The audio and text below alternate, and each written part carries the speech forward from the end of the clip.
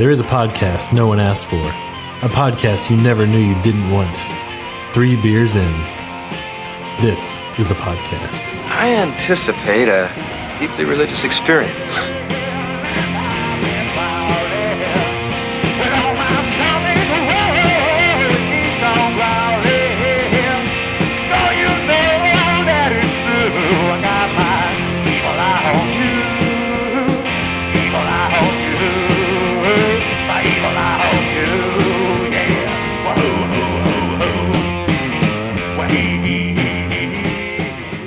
Welcome back, everyone, to another edition of 3 Beers In. This is Ross, and with me today is Chance. Hey. Joel. He's there. And Tony. Hey, guys. And Cutter. Hey! All right. What's up, ladies? Well, Ladies. And ladies. sorry to any ladies listening. Yeah, I'm sorry. Yes. And today we are at Orf Brewing with Orf. Hello. So you're Chris, but everybody calls you Orf, right? And there are way too many Chris's in the world. And there are not a lot of Orfs. True. Okay, that makes a lot more sense now. Okay, I got it. All right, so what should we try first? I recommend starting with Salutation. That's my greeting beer. You know, Okay. Greetings and salutations from Orf Brewing. Right. It is the example of my, what I call hybrid ales. I do not make your traditional Bavarian style pilsners or try to do, straight up British stout or crazy stuff. I take traditional elements that you might know, like grains or hops or something like that, but I combine them in unusual ways. So this is a Pilsner Pale Ale Kolsch hybrid. It's got the grains of a Pilsner, the hops of an American Pale Ale, the yeast of a German Kolsch. What led you to do hybrid ales? That would be my background in chemistry. Okay. Yeah, I just have a tendency to take things that I like and not say like, well, I just have to do that exactly. It's like, I also like these other things. So what if I can take the best of what I like of each of those things and combine them in some other way? Right. This particular beer, Salutation, came from a day I was riding my bike around Austin, and I pulled into a tavern, and I'm all sweaty, and it's like, I need a refreshing beer, but I don't want something like just watery. Right, I want yeah. something with flavor. Yeah. And there was a blonde ale that was, I looked at it like, too light. And there was a Pilsner, which is good. It's like, no, wrong flavor, about the right body. And there was a West Coast Pale Ale. Right. I'm like, great flavor, too heavy for how sweaty I am. And then I thought, like, all right, the beer I want doesn't exist right now. Yeah, okay. I'm going to go make it. There you go. I put the hops of the flavor of that West Coast Pale Ale, but not as many of them. The grains of the Pilsner, but with the different hops and a different yeast, it doesn't come out with the same flavor that a Pilsner does. Yeah. The blonde ale is a lot of just basic 2-row and not much else to it. I was like, okay, I want it kind of refreshing like that, but with some substance to it, so it's not, like I said, kind of watery. Okay. And that's how Salutation came about. It's definitely refreshing. It's Yeah. definitely No, it's refreshing. definitely- perfect for like a day like today. Yeah, Oh man. for sure. Sitting under my 300-year-old tree out there. That tree is amazing. Yeah. I just pulled in and saw it's like brewery back by the tree. I was like, what tree? Oh, hey, there's a big tree back here. Can't miss it. Yeah. The tree with the wooded seating around it? Yeah. You mean that big thing? Yeah, exactly.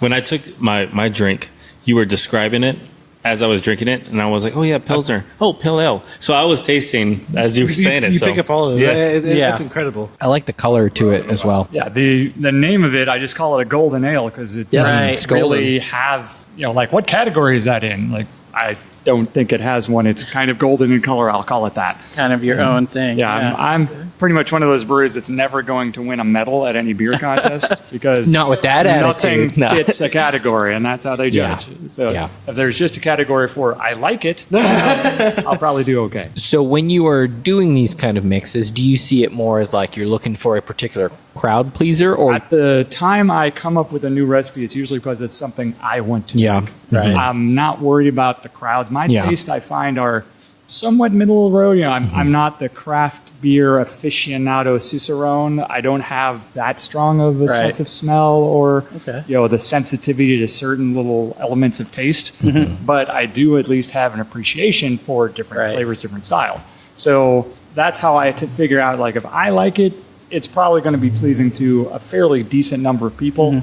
And then I have my super taste tester, my wife, whose palate is way more sensitive than mine, and she doesn't know as much about beer, but she'll just say, no, don't like it, or too yeasty, or something like that. Yeah. Like, okay, if you say it's too yeasty, then I have a fix for that. I will figure out how to Adjust pull it. that back. Yeah. I will use a different yeast that settles out better, flex a little more, or I'll change some aspect on recommendations. Right. But a lot of times it's just I'm trying to hit some flavor that I can envision that doesn't come readily available out there yet. Yeah. So do you go through a lot of trial and error?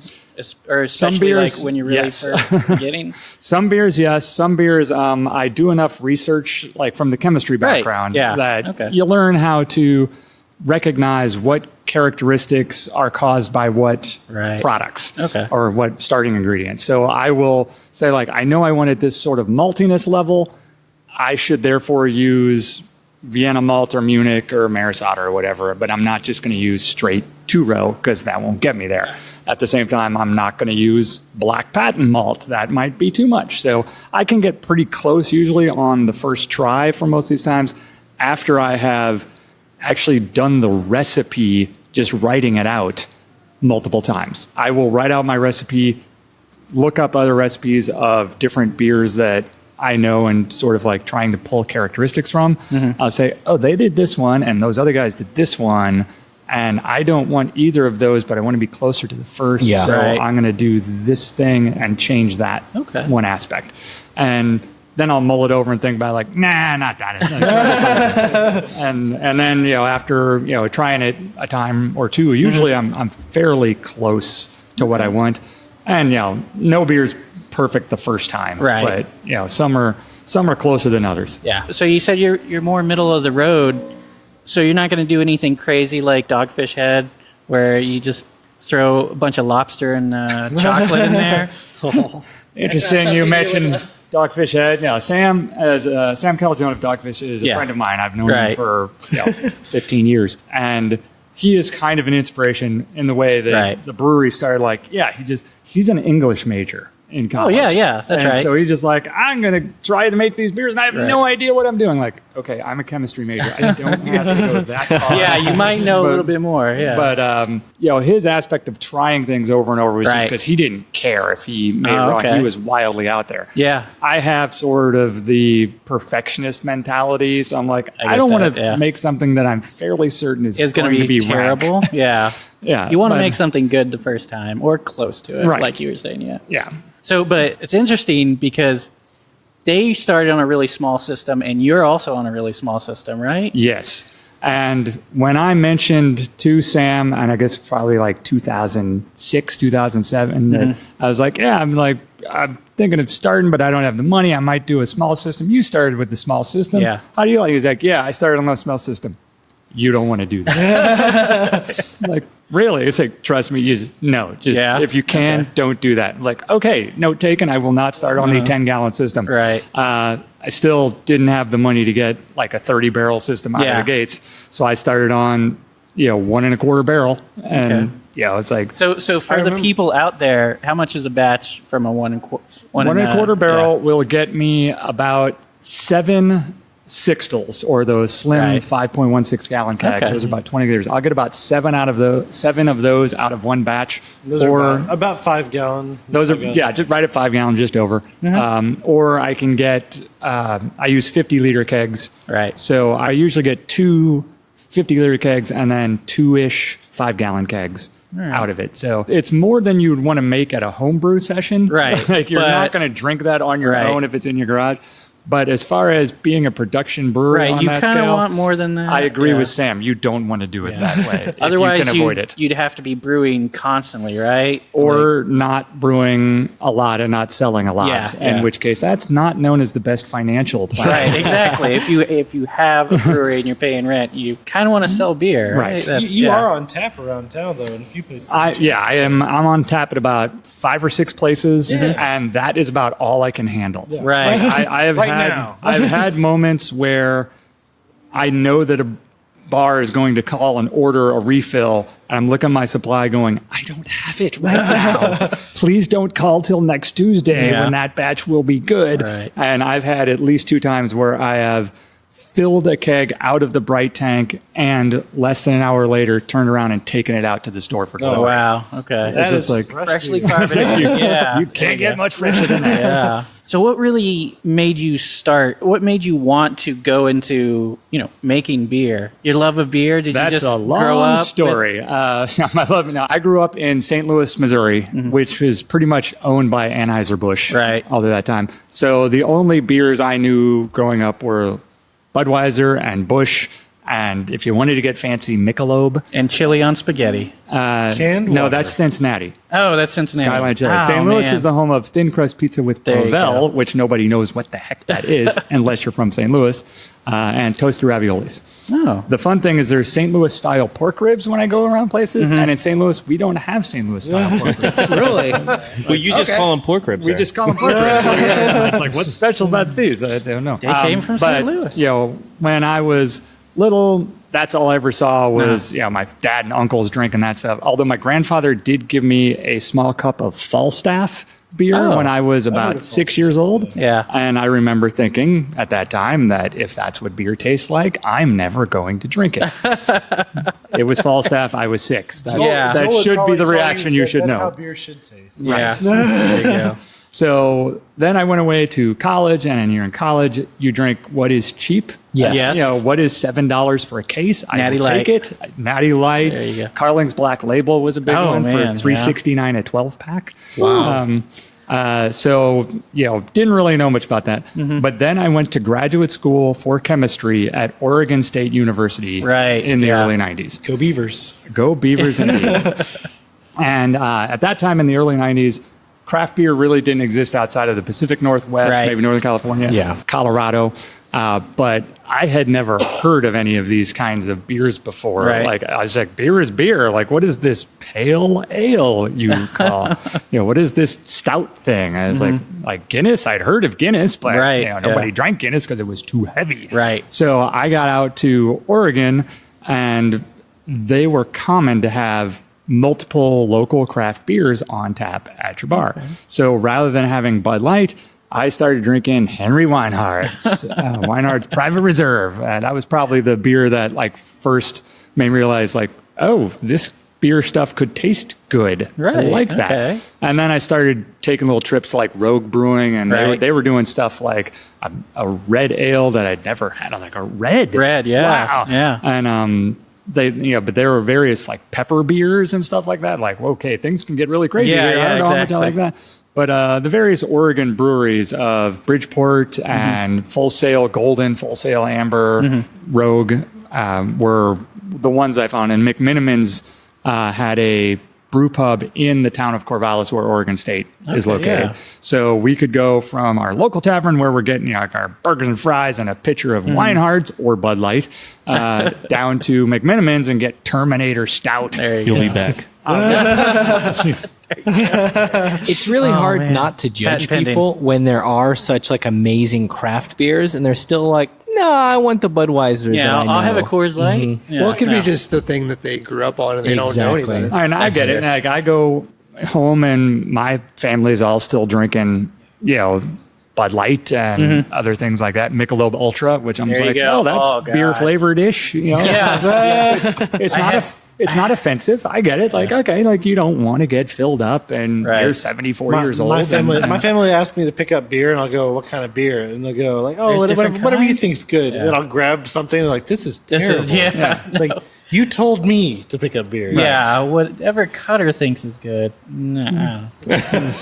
I'll drink it. I think it's all good. Yeah, exactly. Yeah. So anyway, after I graduated with my master's degree in chemistry, I moved from Oregon to East Coast. I moved to New York City because I kind of switched career paths at that point. Yeah. But I got to the East Coast, and I was like, where's my good beer? I couldn't find these pale ales and reds and gold. And I thought, wait a minute. I'm a chemist. Yeah. I should be able to do this. Yeah. And so I found a homebrew supply store just outside of New York City where I lived. I lived in New York, but there's like up in Westchester. I could go up.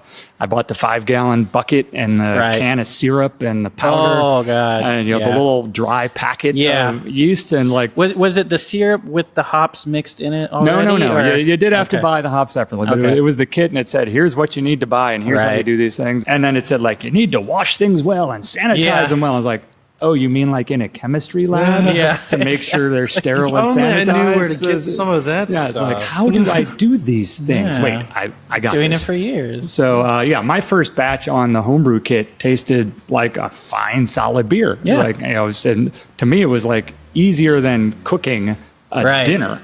Like, because like I didn't have to chop chicken breast and carve out the bone or anything. Like, all I did was pour this syrup into hot water and then stick the bucket in my closet. Like 2 weeks. And so, I literally stuck the bucket in my closet because it was dark and it'd be temperature controlled in the center in the room.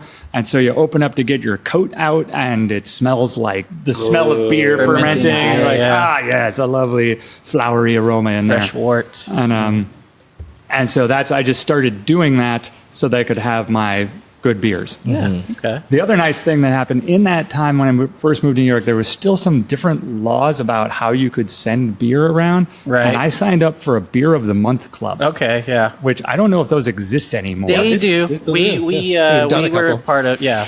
So and it was fairly expensive. You got a 12-pack of beer per month. They would send 2 6-packs from somewhere around the country. Those 2 6-packs would be from Iowa, from California, from who knows where. And I just had fun trying these different flavors. Right. And then when the Beer of the Month Club stopped, it was again like, wait a minute, where do I get my good supply of unusual beers? To solve. I know where to do this. So that's how the interest in beer all got started and just kept doing it. Now, I mentioned my career shift earlier. Yeah. I wanted to go back to that. Yeah. I have always been sort of the dual brain person, not this right brain, left brain, one all analytical, one all creative. Like I like to do both. I started out in college as a double major in chemistry and music. Oh, dang. Nice. Ended up dropping the music down to a minor, but then I also minored in studio art and I did all the theater. Yeah. Oh, wow. So I was doing, the theater, art, the music, and then I'd go to a chemistry class. Wow. I had one semester where I had, I think, like 18 credit hours, and 2/3 of them were chemistry and 1/3 of them were music and art and stuff like that. Wow. So that's always been an interest that I want to do. Grew up on comedy, loving comedy, Monty Python, early Bob Newhart, Dick Van Dyke, before he became evil, Bill Cosby. Just loved his early stand-up stuff. Yeah. And the sketch comedy of Saturday Night Live and things like that. So when I was out in graduate school and I got to this point of I was playing in jazz combos, I was doing sketch comedy with some other guys just for fun, and I was going into the chem lab. I had a day where I woke up and was like, I don't really want to go into the chem lab today. And I'm like, okay, well, I went in anyway because it was kind of my job. Yeah. And I was talking to guys that were like in their 4th and 5th year of graduate school, and they said, if I could have done anything else, I would have, but I'm too far gone now. And I woke up a few days later and was like, I don't want to go into the lab again today. There you go. And I am not that far along that I can't stop and shift gears. Yeah. So I walked into my boss's office that day. I went into the lab and said, I'm dropping out of the Ph.D. program. Maybe I can just get a master's as kind of a consolation prize by the end of the semester. I'm going to go to New York City. And, I said, I'm going to travel around the world for a few months. Then I'm going to go to New York City and be a comedy writer and actor. There you go. And my boss said, and I quote in my best impression of Dr. Douglas Kessler, okay. That was pretty much all he said. So he had a lot of faith. And he shortly followed up with that, I had a feeling something like this might happen. Because he had seen me like when other group members, when they did their thesis defense for their PhD and they were approved to become Dr. Tom Reynolds or Dr. whoever. Shout out to Tom Reynolds. Shout out to Tom Reynolds. He and I used to work together in the labs at night, about 9 o'clock. I'd be doing my work and he'd be doing his work. And then one of us would say, "You thirsty?" I'd say, "Yeah, I'm thirsty." Like, "You want to go this time?" Like, "Okay, I'll go." I'd go across the street, buy a 6-pack of something, local, Oregon brewed, bring it back.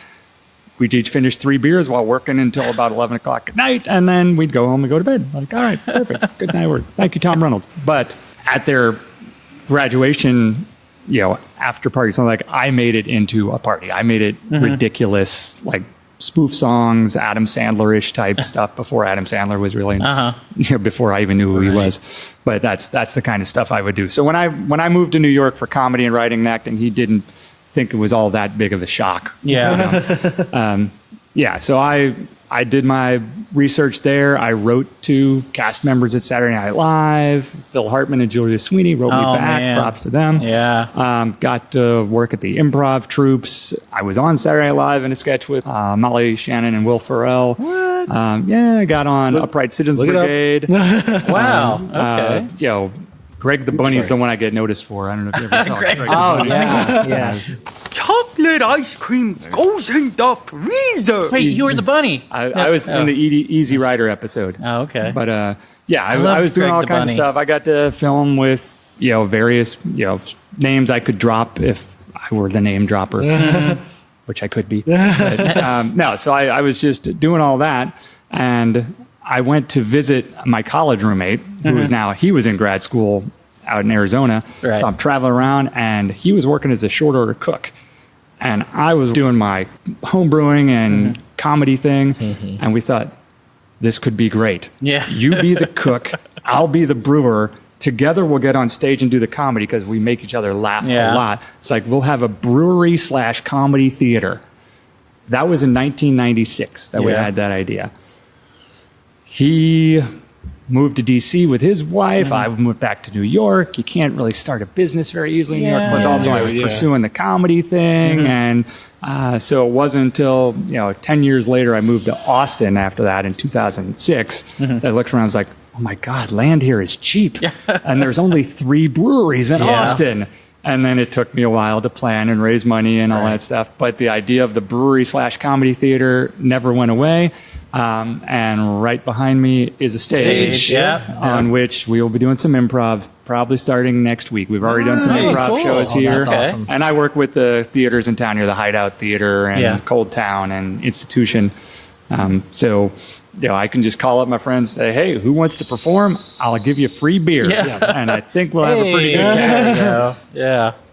Oh, that's pretty amazing. Okay. We want to try the next beer? All right, then let's move on to the honey, the amber roast. It still says honey roast. I changed the name recently because honey was scaring people off. They thought honey meant super sweet like mead. I'm like, no, it's an amber roast. And actually, it's a mistake of a beer from homebrew days of I thought I was making a red ale. Oh, yeah? I had no idea that you didn't put roasted barley in a red. Yeah. I didn't know you didn't put honey in a red. I was like, I like it. I put honey in to make it a little, stronger, a little smoother. It's got that hoppiness of that red that I really like, and it's got a little bit of hoppy. That's the roasted barley, and it's all malt. So there's not a lot of hops in it at all. But that one I made as I called it a strong honey red, not knowing it wasn't really a red. And then I brewed that at my wedding to my wife, who is a 5-foot-tall, red-haired, strong woman. I was just about to say, that's what I call my wife. Yeah, that's exactly right. Strong honey red. And then the other one I made, my hair used to be lighter colored. I brewed a tall blonde. So tall blonde for me, strong honey red for her. Served it at the wedding. And my uncles from St. Louis, who know what they like and know they don't like anything new, would actually sneak out of the wedding reception to the parking lot where they had packed in a case of Michelob Ultra and were pounding beers in the parking lot before they came back into the wedding. You'd have to pound a lot of Michelob Ultra. I was just like, what are you in high school again? Yeah. You don't have to just bring it in if you want to. If you're that blatant. You're not going to offend me. You were going to sort of, but I it's love to be them, expected. so I love them, and I expect it, so I get it. But I had friends who worked for. My phrase would have been, I'm sorry, was the beer not free enough for you? Right. And people from Epicurious magazine was at the wedding. He's like, this red is fantastic. This is superb. And other people are like, I can't get enough of this blonde. I'm like, okay, that's a good reception. That's good. So this has some smoke malts in it too, right? Roasted. It's got Vienna malt, which is like a Vienna amber. Yeah. And roasted barley like you would find in a black ale. So I refer to it as an amber black ale. Again, in the hybrid form, it's not quite either. And I learned about this like from another home brewer who said, you put honey in the dark like that? Like usually those don't go together. I'm like, well, that's seems to be something I do is you can put things that don't normally get put together, and I put them together and make it work. You put honey in an oatmeal stout. Sure. It works great. Why not? Yeah. I love the way the maltiness and the honey go together. Yeah. For me personally, I would probably still want more honey just because I love honey. Do you use a certain kind of honey or local good flow? Okay. That's, I can go honey. to the plant is just here on the east side of town where they bring it in by the bucket load. So okay, cool. I haven't gotten fancy enough yet to try like additives and stuff. I'm like, I don't know. I need to use orange peel. Where do you get orange peel? You buy oranges and you peel them. Yeah, that's how you do it. There you go. And then I get to eat the oranges. There you go. That's a bonus. Yeah, bonus. All right, you want to move on to the next beer? Or? Let's do it. All right, so now we've got the different one. Hop Rocker is. I guess we'll go with that one next because that's usually, though, I'll have to say that's my closer, but I want to save the other one. Yeah, that's the one that we've been hearing about. Right. So Hop Rocker is my end of the drinking day beer. Once I hit that, I'm usually not going anywhere else. This is an India Red Ale. Right. That one is impressive. Okay. Thank you. Yeah. You like that one, Tony? Oh, yeah. Didn't think you would like it. That one. That kind. Oh, wow. It's almost like pear. Like fresh pear. I don't get the fruit at first, but then, wow. Oh, man. That's good. Thank you. Yeah. Well, that's very good. That's all just, that is really hops and malt. It's like I want to say interesting, but that's usually In a what you say positive about way, you mean. in a positive way, exactly. Complex. Yeah. Complex. It's interesting. You say that could be the closer, but that's an opener for me too. Yeah, See, my problem is it's got so much flavor and stuff. And once I hit that, like you can't taste. I just like, Yeah. well, you can. You have to rinse your palate, but like I don't want to taste anything else. Like, I'm at that. I'm like, no, this is good. I'm finished for now. I'm just gonna have this for the rest of the day now. Yeah. That is like a tree fruit bomb with a little bit of maltiness. That's delicious. I agree. So that's my response to a few years ago. All the IPAs were just trying to see how bitter they could get. Yes. And they were lacking any malt character at all. And Not I was my like, favorite time. I was just like, I would like to have a beer that doesn't try to peel the enamel off my teeth. Yeah. So I was like, and I like Irish reds, even Killian's Irish red. I love the rock hopper penguin that's on there too. That's hilarious. Of hop rock. Yeah. Slightly dyslexic penguin. But he's rock and roll. You notice he does have a mohawk and an earring. Oh man, there you go. That's great. Nice. The hop edition I did is inspired by Sam from Dogfish Head with their 60-minute, 90-minute IPA where they can do the continuous hop. I didn't do a continuous where he's got some like little shaker table that does it. I heard it was an electric football set. That was the original one. Yeah, that's the original one. And awesome. I've seen that table and heard the stories. Yeah. So this I just chose times that I thought would be fun numbers. Yeah. I did the numerology. Okay. So it's a very sexy beer. It's the boil is 69 minutes. Nice.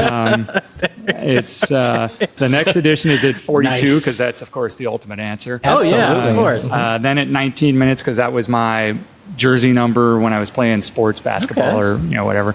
And then after that, you're like, okay, now we just got to fit in the thing. So 15, 10, 5, whatever. Right. But those kind of editions there's like half a dozen editions during the course of the boil. Wow. So you do get that profile of hop characteristics. But it's not like super bitter. Nothing is too much. It's on the amount. Yeah. Like I didn't dump in 4 pounds of it. I dumped in like, okay, here we're doing half a pound here and then another 8 ounces there and such like that. So it's just really well made, I think. Thank you. And it's delicious. Surprising, super surprising. It's like, whoa. When I read Hop Rocker, I was thinking like it was going to be like super, super bitter. Like it's like no, this rocks the hops. Yeah, it does. Yeah, there you go. It does. How secret is the what hops do you use? They're all the sexy ones too. Chinook, little Chinook that goes in there. Then some Horizon, or Magnum, either Horizon or Magnum is similar. Magnum's a sexy one. Yeah, Magnum. I like to use that for bittering. Actually, myself. Cutter knows about that. And then a little fuggle at the end. There you go. I don't know. Who doesn't want to fuggle a bit? Yeah, and then after a couple of those, I'll fuggle. All right. You keep going if you want. I don't know. Instead of the hop rocker, it'd be fuggle rock. There you There you go. That's the spin-off episode. More fun. Okay. So you said you moved out here in 2006. Mm-hmm. How long until you got Orf started up? How long have you been here?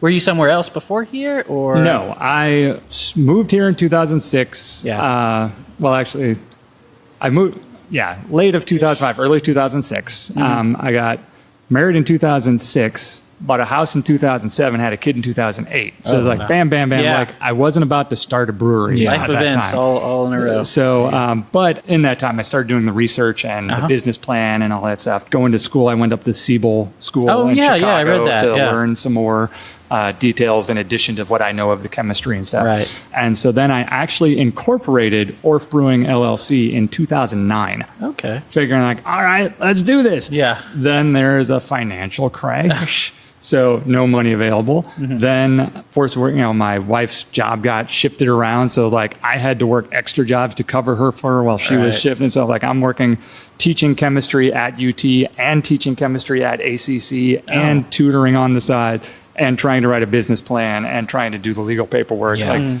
it wasn't happening. All the while home brewing. All the while. Yeah. Yes. Getting those or recipes down. drinking a lot. So as long as you're not doing it during class. fair enough. Yes. I don't want to set a What's bad in example. that beaker? It's just Coffee. don't worry. Weak base.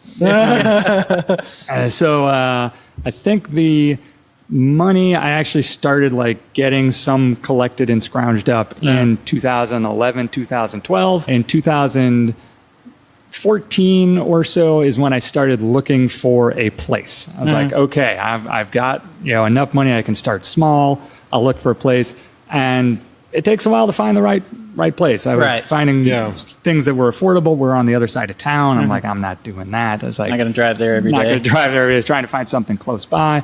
Happened upon this place just by luck. A friend of a friend who knew some commercial real estate sent me a pack. I'm like, oh, that looks interesting. Come over here. It's a complete dump.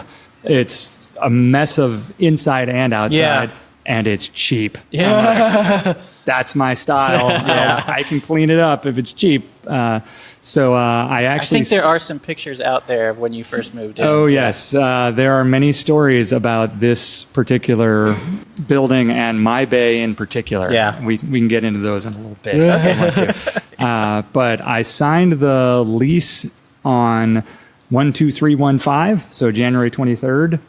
2015, put in my lease that I was not paying rent for several months while I had to clean this place out. Okay. And the property manager didn't even blink an eye. He's like, okay. I should have asked for twice as long free, because it ended up taking me 3 times as long to actually clean it out. So yeah, it was an illegal hotel.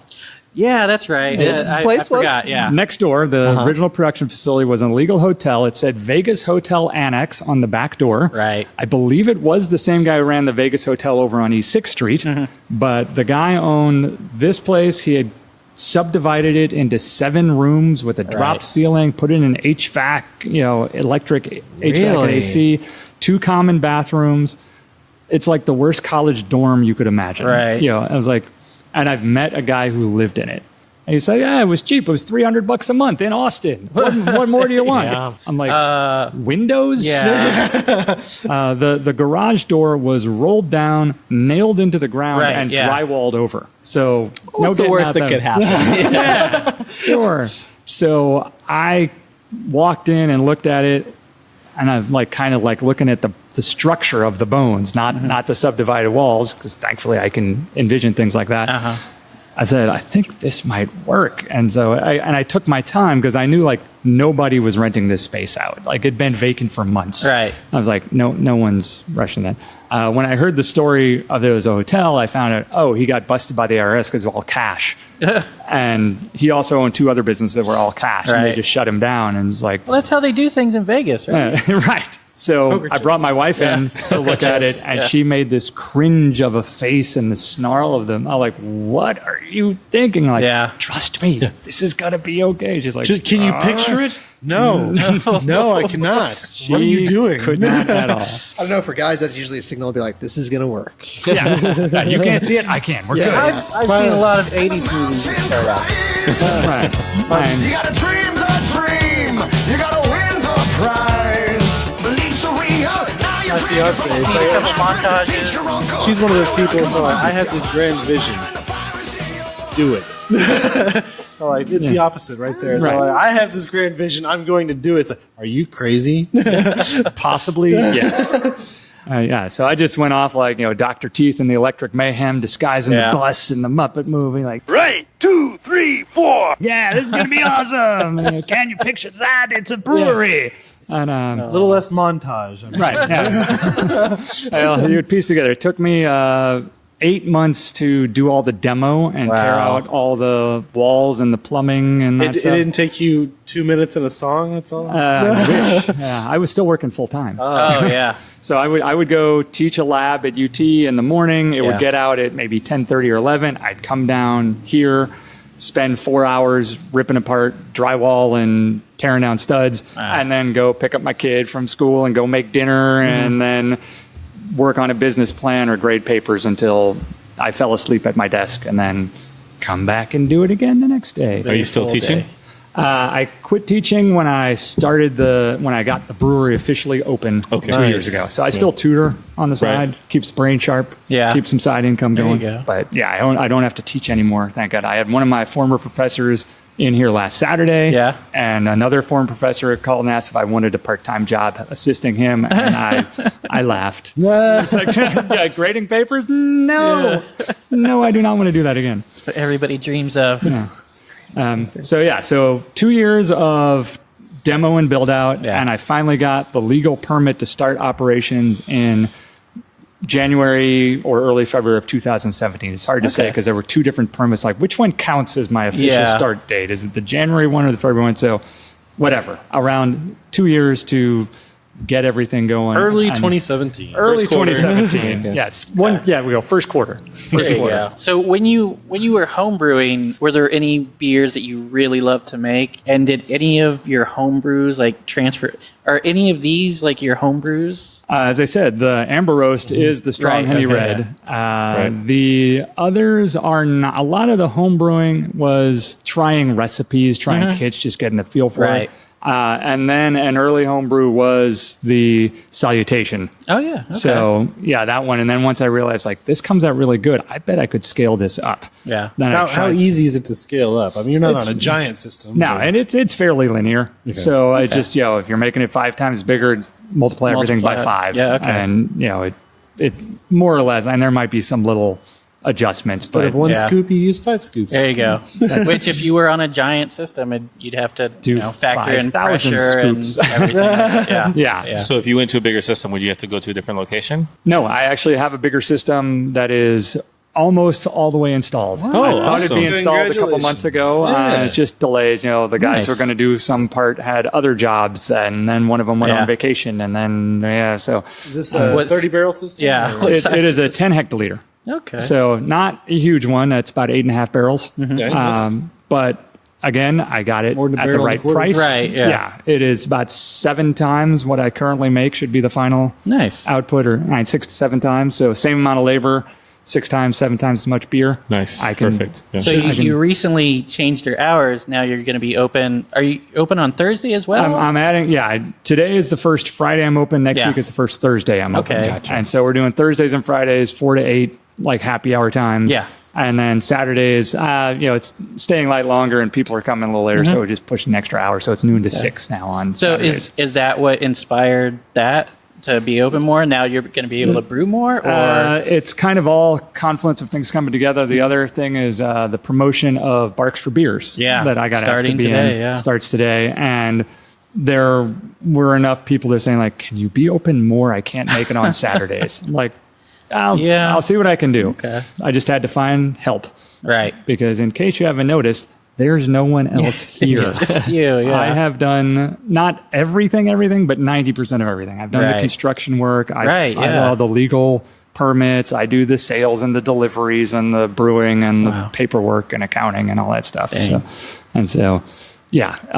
actually, I had to find some people. Person, It is a lot. And as Sam Calagione would say, you don't want to do this. I'm not going to listen to you, Sam. I'm going to do But it. it's cheap. It is. Yes. I would frequently do my cost analysis. Can't you see it? It will cost me, X number of dollars to hire somebody to come in and do this job in a week. It will take me 2 months, so it'll cost me 2 months of rent. Yeah. 2 months of rent is half the price of paying that guy what he wants. I guess it's going to take me 2 months. Okay, because I just saved half my money. Yeah. And I had a plumber wanted to chisel up some concrete for putting the drains and stuff like that.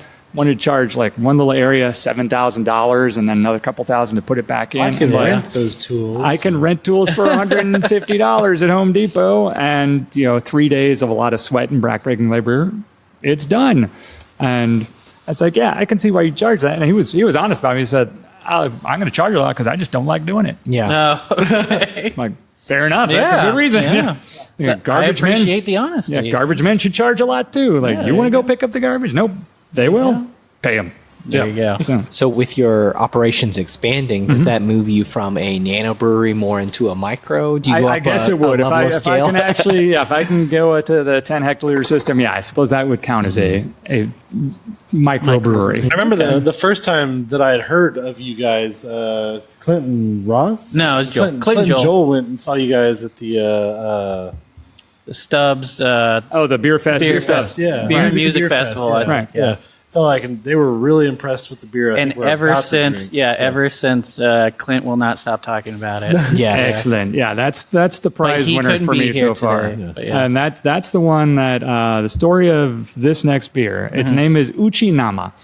I met the beer buyer from a restaurant that has a strikingly similar name. You may have heard of Uchi or Uchiko on Zeltamar. They make amazing food of this Asian fusion style. So it's like, hybrid food, you need a beer to go with you. Right. And the guy told me he was trying to import a beer or two from Japan to go with the food, and he couldn't get it. And he described what it was, and I managed to find a friend who lived on the coast and was like, get me a bottle of this and send it to me. He can't get it here in Texas yet. I want to see what he's talking about. So I got a bottle of that, tasted it. It was a white ale from Japan. I was like, that's white ale. Nothing special? Hitachino Nest. Yeah, I was just Hitachino It's a little Nest, different. yeah. It's not your normal Belgian white. It's got some little difference going on, but it's pretty much like, it would remind me of any other Belgian white, whether it's Celis or Blue Moon or, Blue Moon. or Allagash. It's like, Yeah, it's like, it's white. It's fine. But they did one different spice. They added some nutmeg to it as well. It's like, okay, that's your little difference thing. Yeah. Like, but then I thought, I can do better for your food. Could you pick out the nutmeg when you tasted it, or I couldn't only do it because I read it on the label and I was looking for it. It's like I know it's there. It's on the label. I have a flavor. Is that it? Is that? I think that's it. Okay, yeah, I guess that's it. So I looked up the recipe for that. Like, you can find clone recipes. Right. And I saw that they were using nutmeg. And I was like, okay, but you need stuff that goes with your food. And like, there's sake and there's these ginger beers that, stuff like that. It's like, all right, I'm going to make something great. So I decided to start with a Belgian white recipe. Right. And then do my hybrid thing of making it with a Japanese rice lager, because you always go to the place you get Sapporo or Kirin. It's like, people love those, even though they're just, Japanese Budweisers essentially. So I was like, I'm going to split the difference and then add the spicing to really make it work with their food. So the grain bill has white wheat, like you would find in Belgian wheat. It also has jasmine rice in the grain bill. And then instead of spicing it with coriander and bitter orange peel like that, I get organic navel oranges. I use the nutmeg, like Hitachino Nest. I add ginger at the end. And then I dry hop it with jasmine flower petals. Wow. Okay. All right. And in looking up various things about jasmine, I find out it's kind of like hops. It has antimicrobial properties to the oil, so you can just throw it in the fermenter, like dry hopping is. And then it was a matter of like what yeast goes with it. So it's a Belgian wheat. I'm trying Belgian wheat yeast. I'm trying Hefeweizen yeast. Yeah. And my wife, with her taste buds, would say, "This tastes too." Clovey. Too clovey, too banana-y. This tastes too yeasty. This tastes too whatever. And then I finally decided, all right, all these flavors from the yeast are getting in the way. I'm going to get the driest yeast I can that drops out and lets the spice come through. So I used it's literally called dry London ale. Yeah. I'm like, okay, London, they What did they colonized, do about flavor? they colonized India for a while. So that fits in this whole hybrid thing. So I put it in there, and it dropped out and clarified, and the flavors popped. And my wife tasted and said, this tastes like money. I was like, that's a good flavor if you're in the brewery. So, unless she's been munching on like really disgusting dollar bills. So have at it. Be sure you smell it first, because you'll get the smell of the jasmine. As you're drinking, you should get the nutmeg and the orange peel going down, and then the ginger is what finishes a little snap at the end of it. Ooh, wow. That floral scent is amazing. So they decided Joel doesn't like this? to smell his beers. Right? Yeah, I usually get it afterwards. So do you now sell this through the restaurants? That's at a couple of restaurants that it goes great with Indian and Asian food and Chinese food and sushi. I remember Clint trying to explain, like, just he's like, it's an Asian fusion beer, and it is superb. There's no tea. Right. But the jasmine, I guess. That jasmine flavor is amazing. I've had people say it reminds them when they go into a Chinese restaurant, they smell the jasmine tea, that this beer kind of is delicious. Reminds them of that. Yep. So, this is at Nasha Indian Restaurant on East 7th Street. It's at Pokey, Austin. It's a Pokey restaurant on Brody Lane. Okay. And so it was at Michi Ramen for a while, but they ran out and, like, I need to get back on there. But the production of it is, as you might expect, the most difficult of them, because cooking the rice and the right way to get the flavors out and not stick up the mash is a thing. So scaling up that is going to be very interesting, because currently I take the rice pot that has been cooked in, I can literally just lift it up and dump it into the mash tun. When I have 7 times as much product in there, it's 7 rice cookers. I'm not lifting that up. So it's like I can get one of those like spaghetti sauce pumps from a food place. Yeah, those are $10,000. I don't think I'm going to be getting one of those. I'm going to be doing like pour it into a 5-gallon bucket at a time. Fireman chain it up. So how many tanks do you have right now? Tanks of the small size or the bigger size? Right now, the small size. The small size, I've got as many as I want. I can get a dozen or so going that fit in a room. I actually use plastic carboys, plastic 55-gallon drums that used to have malt syrup in them. Okay. So I clean them out, and then I took a lesson from a brewery up in Michigan that does brew your own stuff on 5-gallon batches, and they line the buckets with plastic bags. And so I talked to a yeast guy, and he's like, I used to love that food grade plastic. It's great. You can pick it up and sterilize. Like, okay, so I got some 55-gallon drum liners. I line the drums, and then when I'm done, I just pick the yeast up out in the bag, and I can transfer it over the next one. Seal it off, and I can sanitize the scissors, snip the corner, and just transfer it to my next batch if I'm doing it. Batch. So you're easily washing yeast, and you don't even have to wash it. There's taking it from the old to the new batch. Same batch, and so I use 3 or 4 different yeasts, and I just make sure the previous batch of that it's going out when you do a little viability count if I can, or sometimes I can't, and I'm just like crossing my fingers and hoping, which is the thing the chemists never like to do. The brewers do that, right? I know. So that's why I'm straddling both worlds. And entertainers and an improv. We have never any idea what we're going to do, so it's totally fine on that aspect. Bringing it full circle. Okay, someone throw out an occupation and an animal. I heard fireman and pig.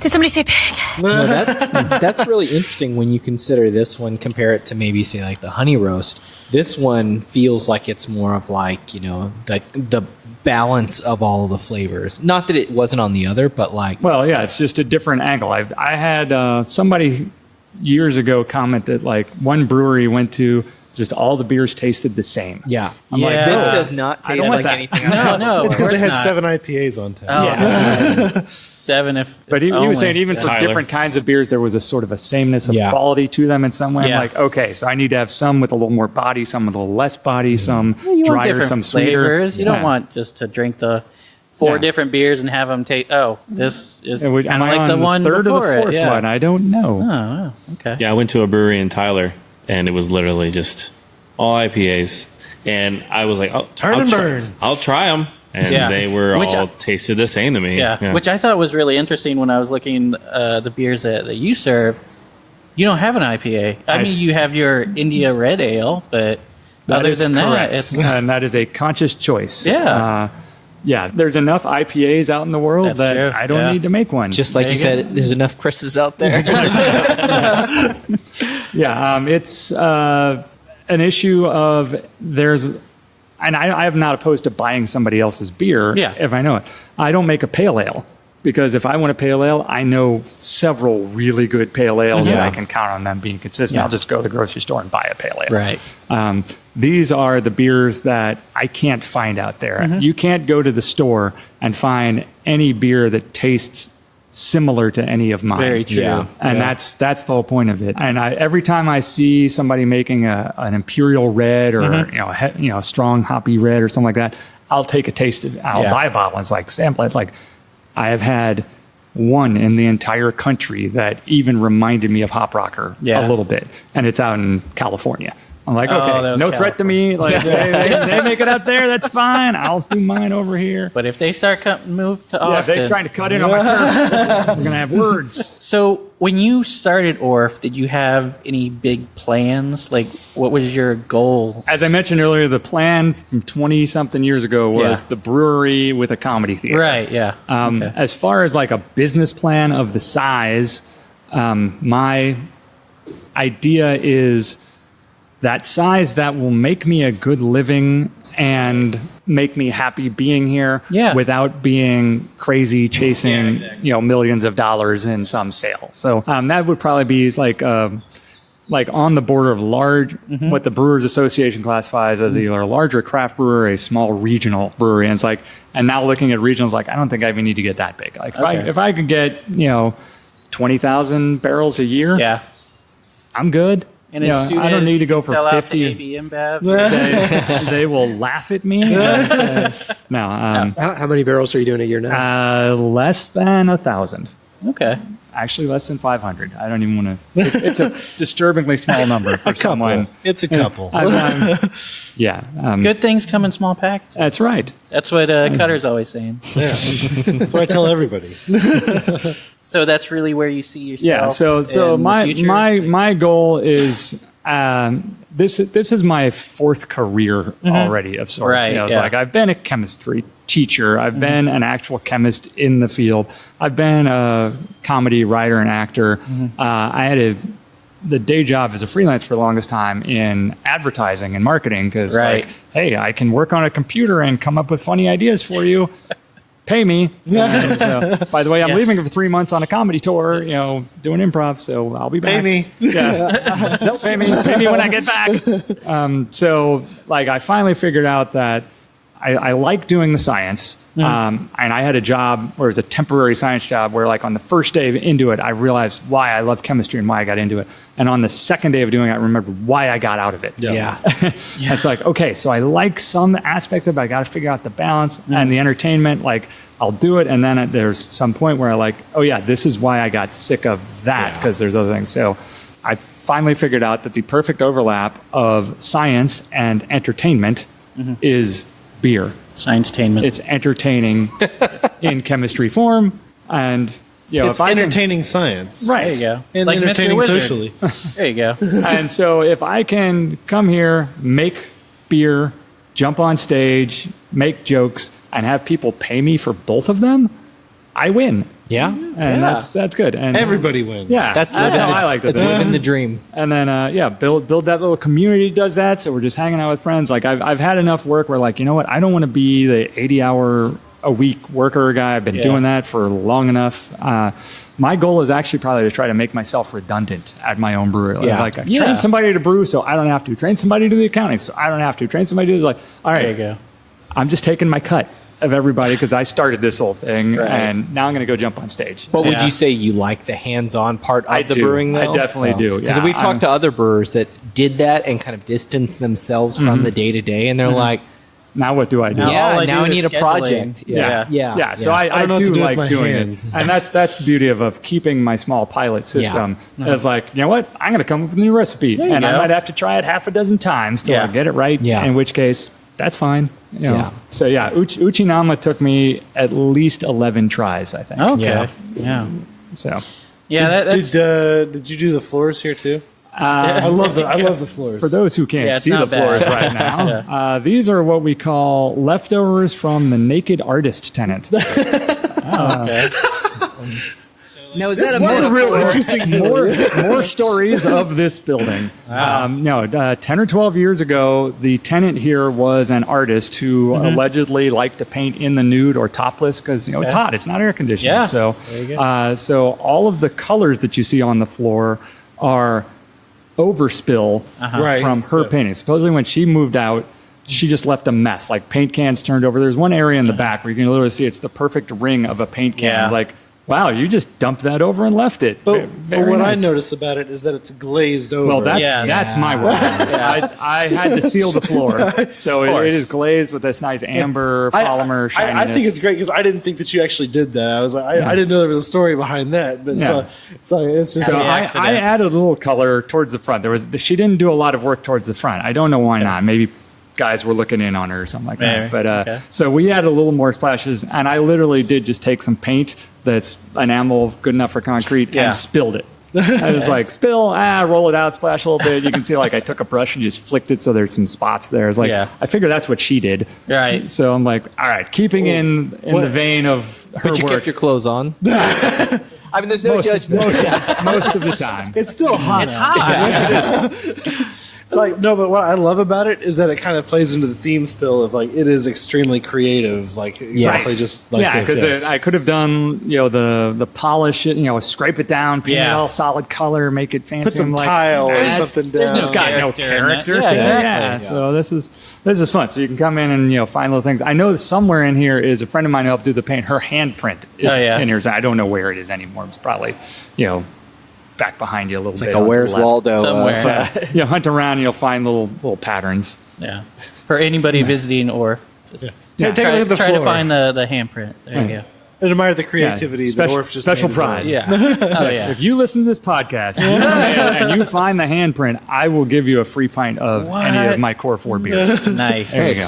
Exclusive. So you have your core for it, but you also have some seasonals, right? Sure. Yeah, that's how part of the often fun. do you? Yeah. I try to make one at least every 2 months, so I've got half a dozen. Sometimes I double them up, and sometimes I'll make one and then do a variation on it, like I'll split the batch. Right now, I've got a beer that I call Copper Bock. Right, yeah. Which is, again, the hybrid of a copper ale, which I just learned, it's not being made anymore. Otter Creek Brewery in Vermont makes a copper ale. When I moved to the East Coast, that was one of the first craft beers I found. I really loved it. So this Otter Creek Copper Ale.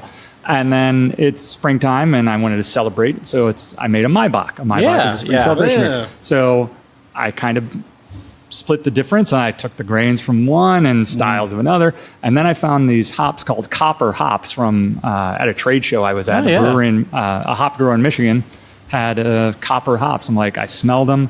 They're this amazing spicy aroma to them. Like, these are my aroma hops for a beer. I don't know which beer, but I'm using them as an aroma hop in a beer. Mad scientist over here. And then I said copper bock, copper ale, Maibach. Oh wait, copper hops. There we go. I'm putting all these together. Yeah. And so that I wanted to make something like that as the base beer for a fruit beer for a fruit that comes ripe right around now. Yeah. In Easter, it's a local. The loquat. Loquats. Yeah.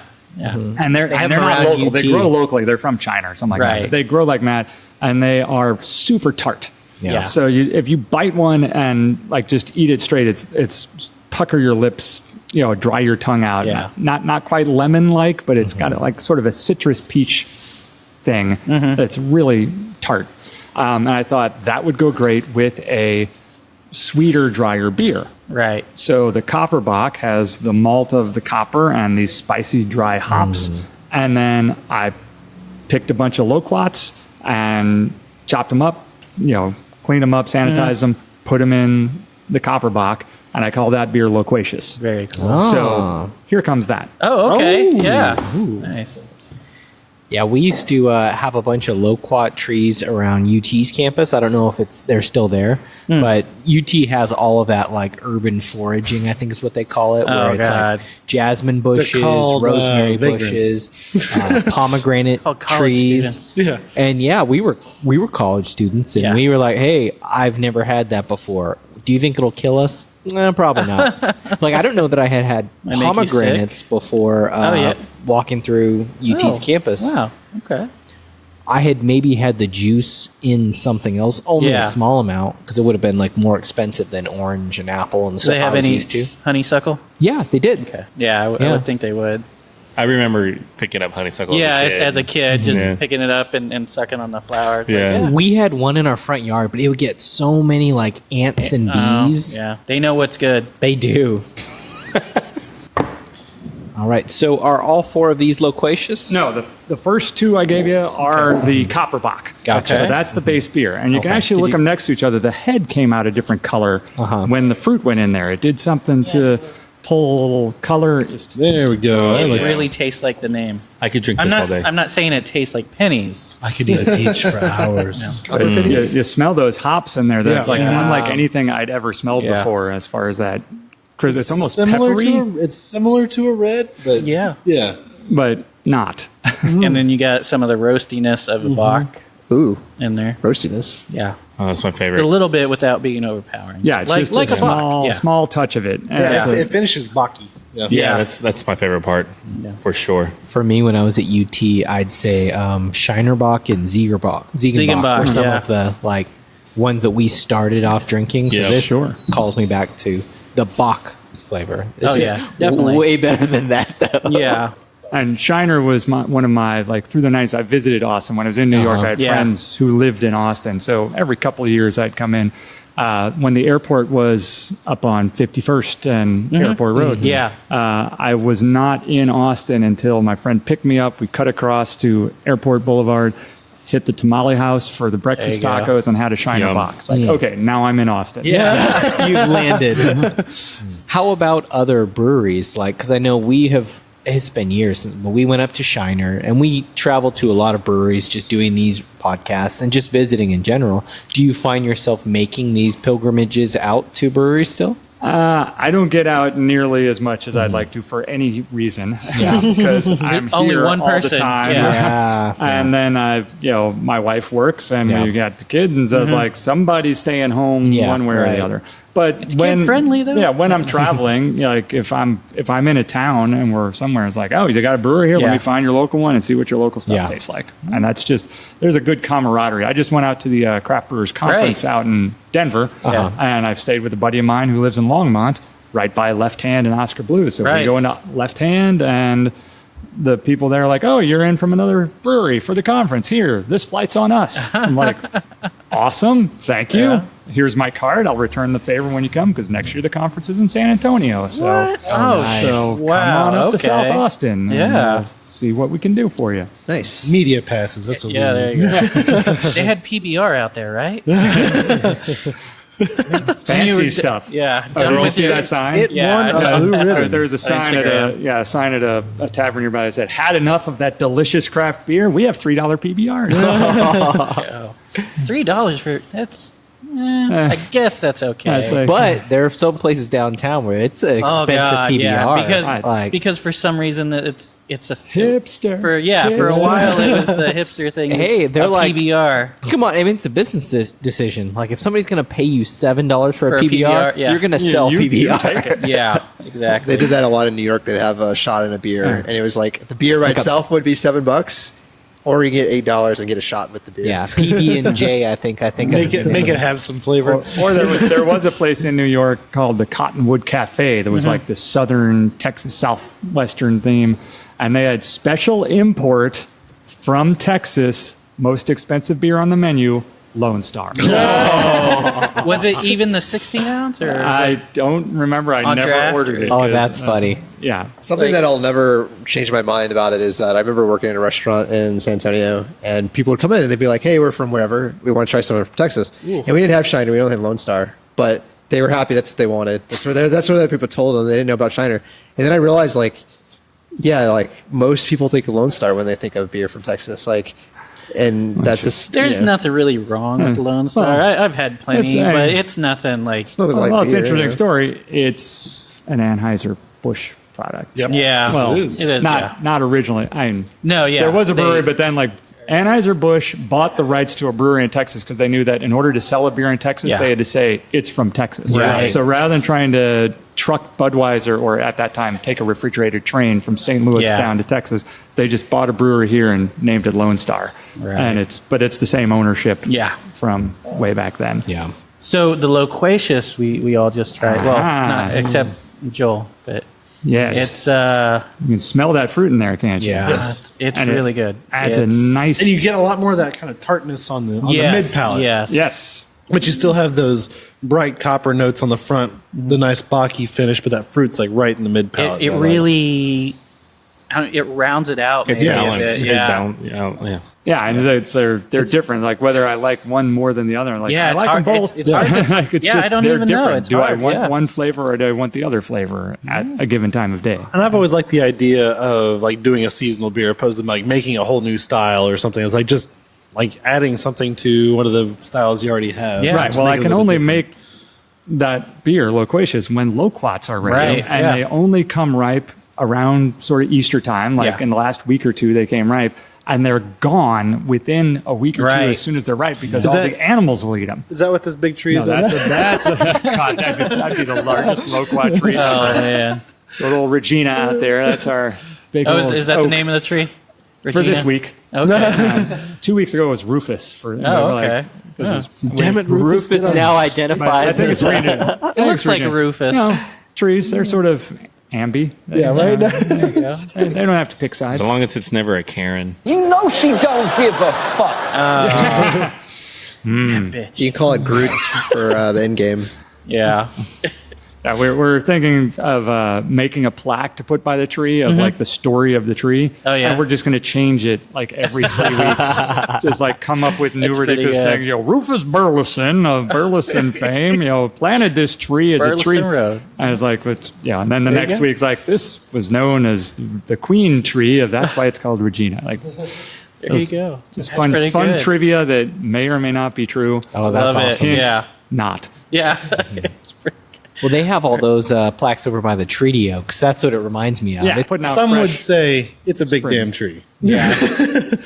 Everybody would. The poets. The poets among us would say that. So Bards poetic. will come and sing songs about how thick this tree is. All right, so we got a couple more questions. First of all, let's say it's your last day on Earth. And you got one movie? Not today, but in the future. It's like, and you know you're going to go out. What's the last beer you're going to be drinking? Doesn't have to be yours. Nah. Could be.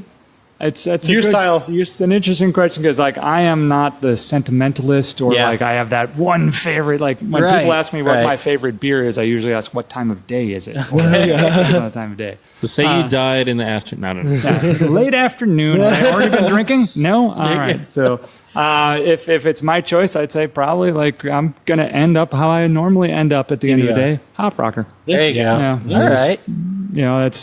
It's like once everybody's I have a little that bit flavor, different. The ultimate closer. That's what I like. It's the end of the day. Yeah. Forever. And if I knew I had times like, all right, can I get a beer from can I get Great Lakes Dortmunder Gold and can I get Fischwalsauce Amber Malt Liquor and can I get Saranac Pale Ale and just line them up. And okay, and then I'm going to finish with Hop Rocker. Still going to finish it off. All right. Cool. That's a good one to finish on. That's a good beer. All right, Cutter, you want to ask the last question? Since Clint's not here, I'll frame it in my particular way. Oh no! Have you ever seen the movie Fifth Element? I've never seen the entire movie. I've seen clips here and there. That's good enough. It's like, would you say, from what you've seen, that it is a good movie? Or I'm sorry, a great movie, or would you say that it's a bad movie that's very entertaining? I think it would fall under what I have seen is the good bad movie. Okay. Yeah, that's where I'm at. Okay. Yeah. Suck it, Clint. When you listen to there's things I look at it in the clips I have seen. I'm like, I can't take that seriously. Yeah. I'm sorry. Like you've lost me out of the reality. Yeah. And to have a great movie, like I need to be totally. That's where I'm at. I can enjoy the movie. I'm not going to say. I'm not going to say it's a terrible. I will say it's a terrible movie. But it's fun what I've seen. I was like, okay, that's fun. I'm not going to change the channel if I come across it on TV. Is where I'm at. That's a fair enough assessment. I'm actually surprised to hear you say that though, because like from people who have seen the whole movie, you're getting so much that's blended Don't you together. ruin this for me, like Tony. there's Don't you ruin science this for me. fiction, there's comedy, there's a little bit of romance, but it's kind of shoehorned in. That's what she said. But As it is. But I mean, there's the slapstick, and there's I wouldn't say highbrow. I wouldn't say any part of it's really highbrow, but there's an artistic. I guess thread. that's where it's at. There's no part of it that's highbrow. None. If there was No. just Yeah. even this little part in there, that would elevate the movie Gotcha. Okay. substantially. Okay. I could see that. You know- Because it'd be a counterpoint to everything else, maybe. So Yeah, there's the I could see opera. that. as the my- opera. I have to be immersed completely. I'm My counterpoint, there's a Netflix series. As far as I know, it only lasted 2 seasons by David Cross, who you might know of. Yeah. Mr. Show? Mr. Show, and Arrested Development and stuff like that. But it's called The Increasingly Poor Decisions of Todd Margaret. Yeah. It has. Did it have 2 seasons or It had 3? 2 there might have been a third. When I started watching, there were only 2. It kind of fell apart. Well, I mean, it fell apart from the beginning, really. Oh, that was the the bad point decisions? of it. That was the point of it, yeah. It was. But as someone who has studied comedy, it's got every element of comedy Okay. throughout the episode, Yeah. mixed in with like highbrow satire Yes. and all these other things. Like, okay, it is the most brilliant comedy show I've watched in a long time. And it's like, so that I'm like, that's not just good. That's good. That's a great guy. Okay. But there are things in it as like, okay, you just went, the lowbrow, soiling himself humor. Like, okay. But it was done in the right way with the right tasteful. purpose. It was Yeah. tasteful. Yeah. So And it also has Will Arnett. Princess Carolyn, John Stamos died. Why? Why, God? Why did you take John Stamos? So there you go. All right. So anybody else got it? The only thing that I was going to say is that it's ones all around from Oh us. yeah, we didn't rate any. We're on a binary scale, so it's not like 1 out of 10. Oh, so good. Yeah. It's either you will drink it or you would or won't. wouldn't.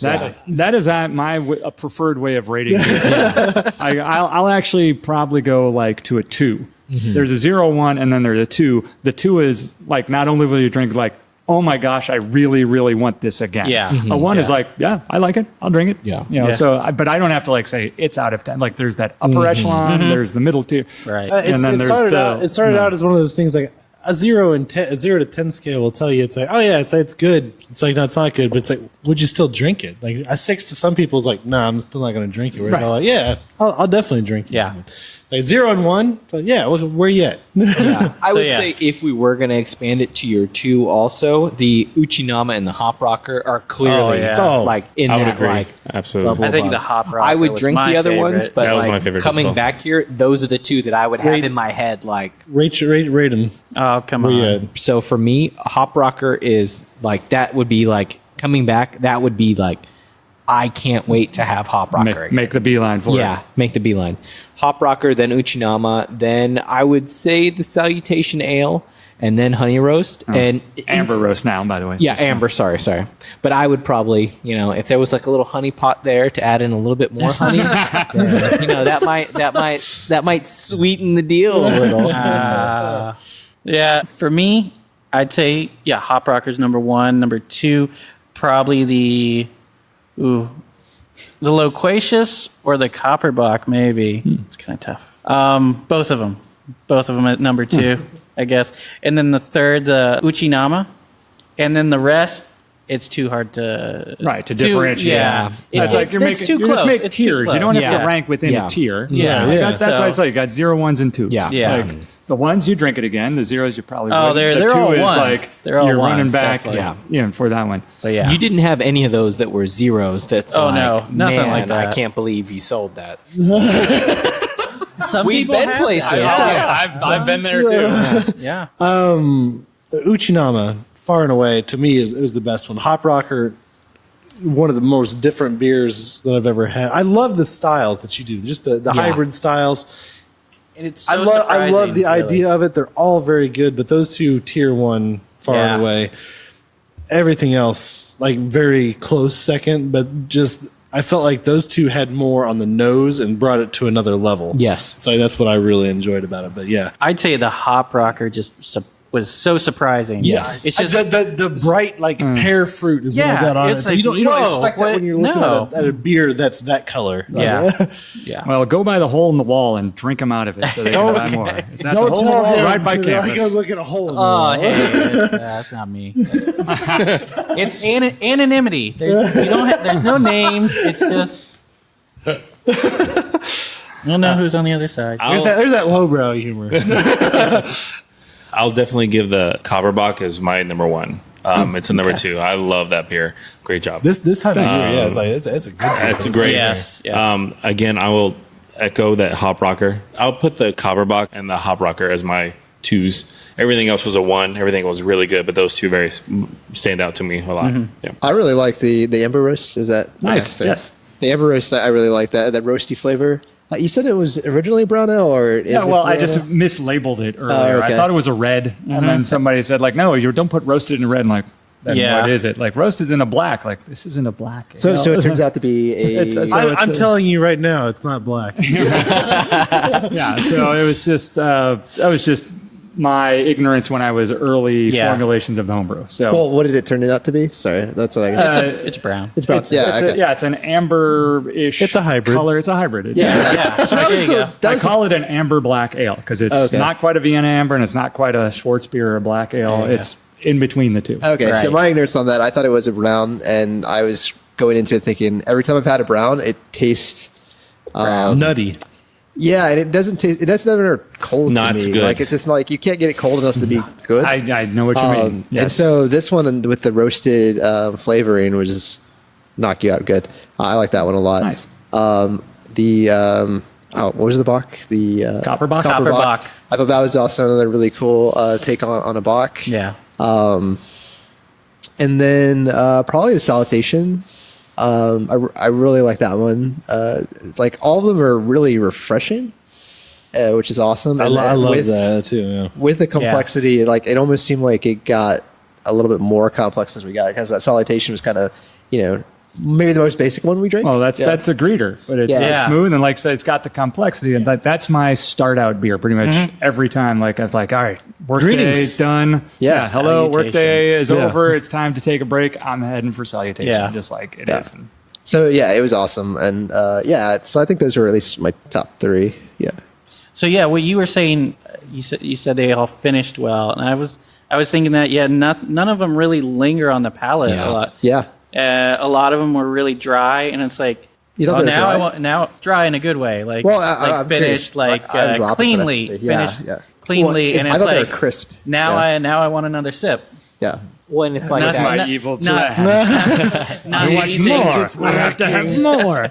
It wasn't really overpowering or anything. Well, Just- I was thinking dry, like when IPA sometimes can be dry and stuff. That's what I thought you Right. meant. It's No, not I having the IPA where it's like it says, "Oh, I just ate a pine cone and I want to get that out of my mouth." Yeah, yeah. Like All I know that Clint would resin. say that if he was here. Do Yeah. you know of any He- other brewers that really are doing like those hybrid things? Or I don't know of any that are doing this kind of thing. we haven't come across them And to that's- my and knowledge. that's my- no. Yeah, I had a It's customer fun. last I week who love came it. in and just pointed stuff like, I have not seen anything like this on No, any yeah. other menu. Yeah. I'm like, good. It's really outstanding. Yeah, That's why I do it. Like I said, If you did, I'd have to change it. if I wanted a pale ale, I know where I can get one. Right, I don't have to exactly. make one here. Yeah. Just have to come here. What And, would you say that is like the chemistry background? That kind of it's separates a it? little bit of both. It's just kind of my nature is Yeah. to not necessarily take the well-worn path. Yeah.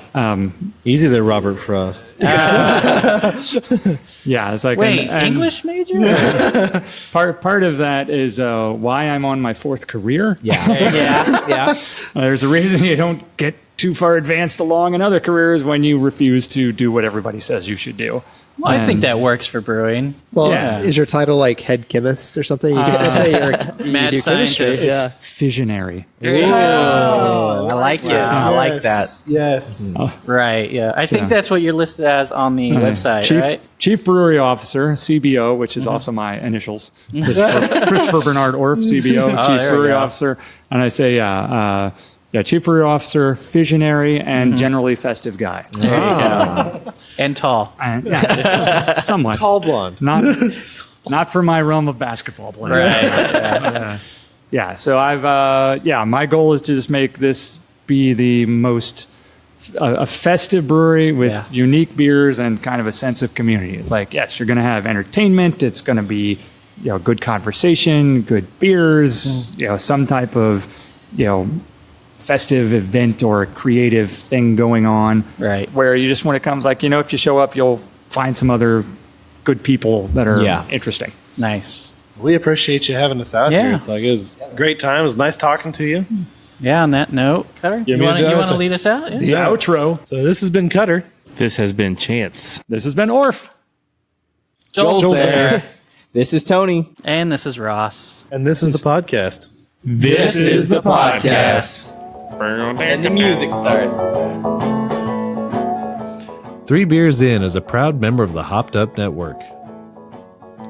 Thanks for sticking around. You can subscribe to us on iTunes, Stitcher, Podbean, Google Play, TuneIn, and on the hoppedupnetwork.com. If you like what you heard, rate and review us on iTunes.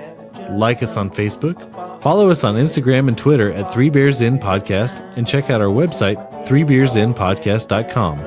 3 beersinpodcast.com. You can find information about us and the show along with the links to all of our episodes and our really cool merchandise. While you're on our site, you can tell us what you like, what you don't like. And if you don't like us, then why the hell are you still here? You should have turned us off long ago. But if you're just going to listen to us anyway, then you should probably subscribe too. And if you would like a transcript of our podcast, write down everything that we just said. And then a little fuggle at the end.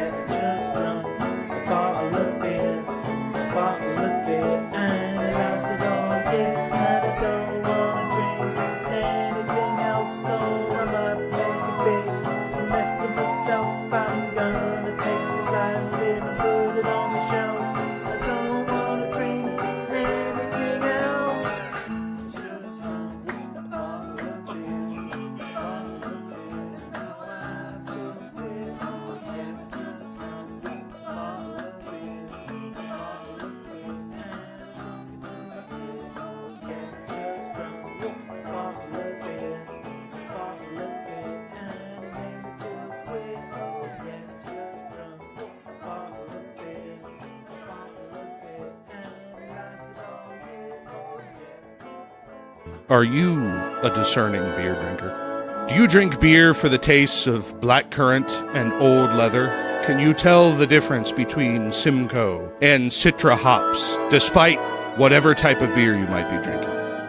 Yeah, sorry, that's not this podcast. You want to listen to somebody else.